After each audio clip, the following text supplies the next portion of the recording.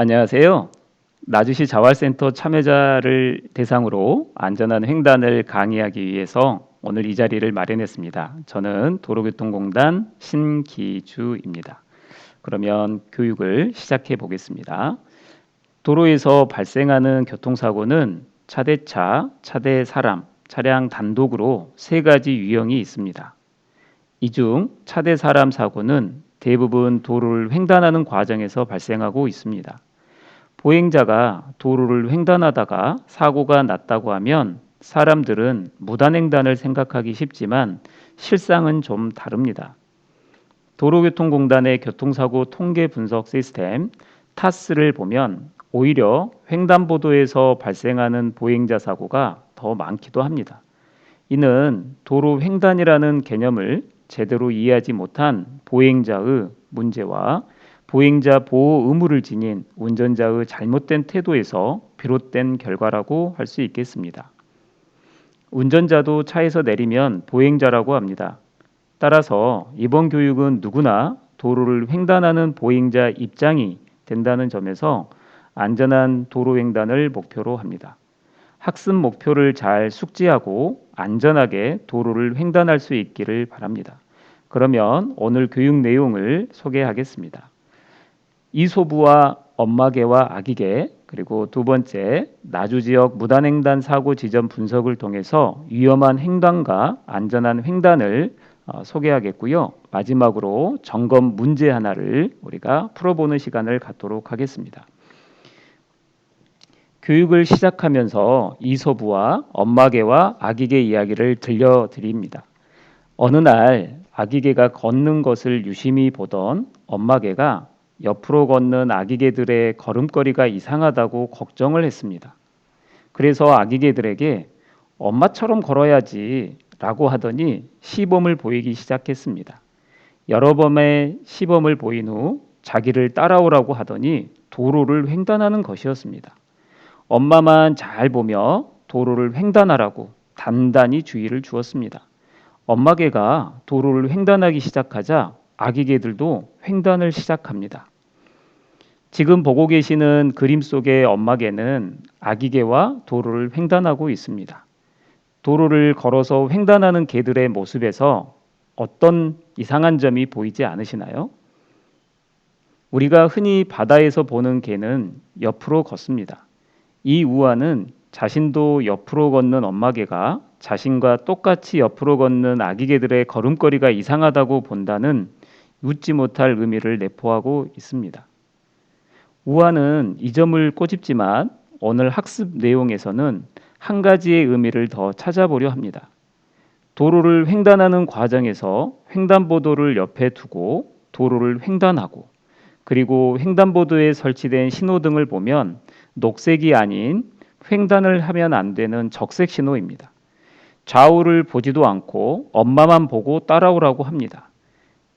대부분의 사람들은 다른 사람의 이상한 점은 발견하지만 자신의 문제는 보지 못하는 것을 우화로 소개하는 것이 이솝의 목적이었을 겁니다. 엄마개와 아기개는 종종 보이는 무단횡단을 매우 위험하게 하고 있습니다.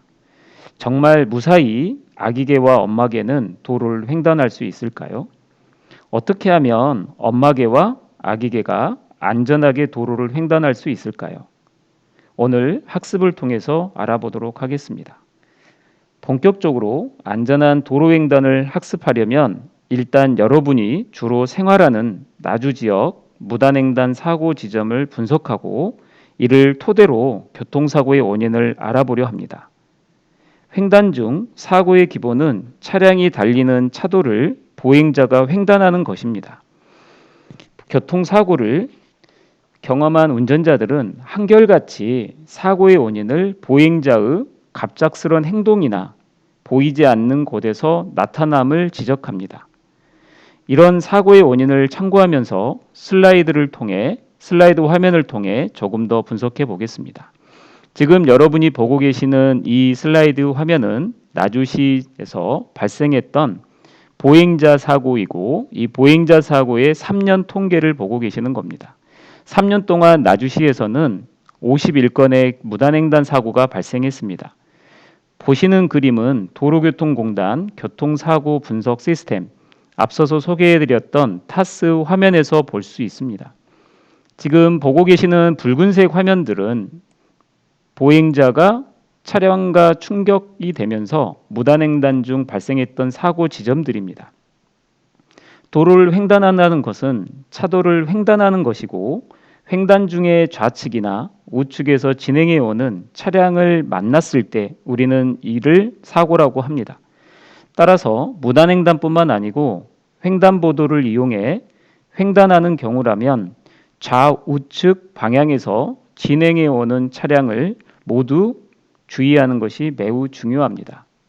슬라이드 장면 하나를, 화면 하나를 더 소개할까 합니다. 이번에 보셨던 지역은, 이번에 볼 화면은 똑같은 나주시이지만 지점을 조금 옮겨 보겠습니다. 혹시 익숙하지 않으신가요?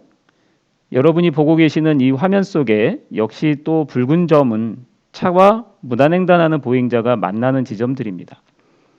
나주 지역의 이 다른 지점에 역시 붉은색으로 무단횡단 사고 지점이 표시가 되고 있는데요. 조금 더 이 부분을 우리가 분석하기 위해서 사고가 2건이 발생했던 이 지점을 확대해 보겠습니다. 2개의 사고가 발생한 지점은 도로와 도로가 만나는 교차로입니다. 혹시 이 부분이 바로 여러분이 보셨던 공통점입니다. 무단횡단 사고의 대부분이 교차로와 그 부근에서 발생하고 있다는 공통점을 볼 수 있습니다.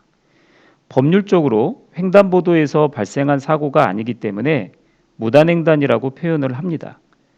즉, 교차로의 횡단보도 부근에서 무단횡단이 빈번하다고 할 수 있으며, 차량뿐만 아니라 보행자 통행도 많은 곳이다 보니 횡단하는 보행자를 발견하지 못하고 많은 사고가 발생한다고 할 수 있겠습니다.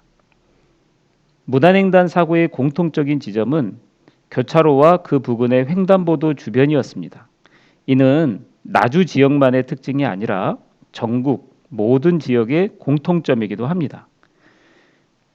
이러한 공통점을 고려해 보면 보행자의 주의도 굉장히 필요하지만, 횡단하려는 보행자뿐만 아니라 운전자 역시 특별히 교차로 부근을 통과하려는 경우 더 많은 주의를 해야 한다는 것을 의미합니다. 공통점들을 발견했다면 이번에는 안전한 횡단과 위험한 행단이라는 부분을 가지고 소개를 해보겠습니다. 잊지 말아야 할 것은 무단횡단 사고가 발생하는 지점은 교차로와 그리고 횡단보도가 있는 그 주변 도로에서 운전자와 보행하는 사람이 만나고 있다는 점입니다. 위험한 횡단, 안전한 횡단을 소개합니다. 위험한 횡단에서는 첫 번째, 횡단을 하면서 뒤늦게 좌우를 살피는 행위입니다. 스마트폰을 보면서 횡단하는 것입니다. 엄마만 보면서 길을 걷던 어미개와 아기개와 동일한 모습이라고 볼 수 있겠죠. 횡단보도가 아닌 곳에서 횡단을 하는 경우입니다. 우리는 이를 무단횡단이라고 표현을 하고 있습니다. 주정차된 차량 사이에서 뛰어서 횡단한다. 차량과 차량 사이에서 횡단을 하는 경우 보행자를 발견하기가 쉽지 않습니다. 운전자가 정지할 것을 기대하면서 횡단을 한다. 이렇게 5가지의 위험한 횡단을 소개했습니다. 갑자기 뛰는 행동이나 보이지 않는 지점에서 차도에 진입하는 보행자가 사고를 당할 가능성은 당연히 높을 겁니다. 이소부와의 엄마개처럼 횡단을 하면서 달려오는 차량을 보는 것이 아니라 엄마를 보거나 스마트폰만 보면서 횡단하는 행동 역시 매우 위험하고 어리석기 짝이 없는 행동입니다. 특히나 교차로 부근에서 무단횡단하는 경우는 보행자와 운전자 모두를 서로가 살펴보기가 어렵습니다. 이런 이유로 앞서 소개한 것처럼 무단횡단 사고는 교차로 부근에서 많이 발생한다고 생각이 됩니다. 주행 중인 차량은 보행자가 보인다고 해서 즉시 정지할 수도 없습니다. 따라서 횡단을 할 때 좌우의 차량을 살피지 않고 뛰거나 보이지 않는 곳에서 횡단을 시작하는 것은 매우 위험한 횡단에 해당합니다. 위험한 횡단을 학습했다면 안전한 횡단도 학습하겠습니다. 첫 번째, 좌우를 살핀 후 횡단을 시작한다. 앞서 소개했던 위험한 횡단과 비교를 해보면 살피고 횡단을 시작하는 것과 횡단을 하면서 살피는 것이 다른 점입니다. 두 번째, 차량을 끝까지 살피며 횡단을 끝낸다. 끝까지 살핀다는 것은 스마트폰이나 엄마만 보면서 길을 건너는 것과 대조적인 행위입니다. 그러면 세 번째, 한번 읽어보시겠습니까? 네, 횡단보도에서 횡단을 한다. 횡단보도에서 횡단을 한다는 게 어려운 일인지 쉬운 일인지는 실제 상황에 따라 좀 다를 수 있겠지만 횡단보도에서 횡단을 하는 건 역시 도로를 횡단한다라는 점이라고 말씀을 드렸습니다. 그래서 횡단보도라고 하더라도 반드시 횡단하기 전에 좌우를 살피는 행위는 꼭 잊지 말아야 하겠습니다. 네 번째, 주정차된 차량 사이 횡단은 하지 않는다. 차량과 차량 사이에서 횡단을 하지 않는 것은 보행자에게도 주어져 있는 의무이기도 합니다.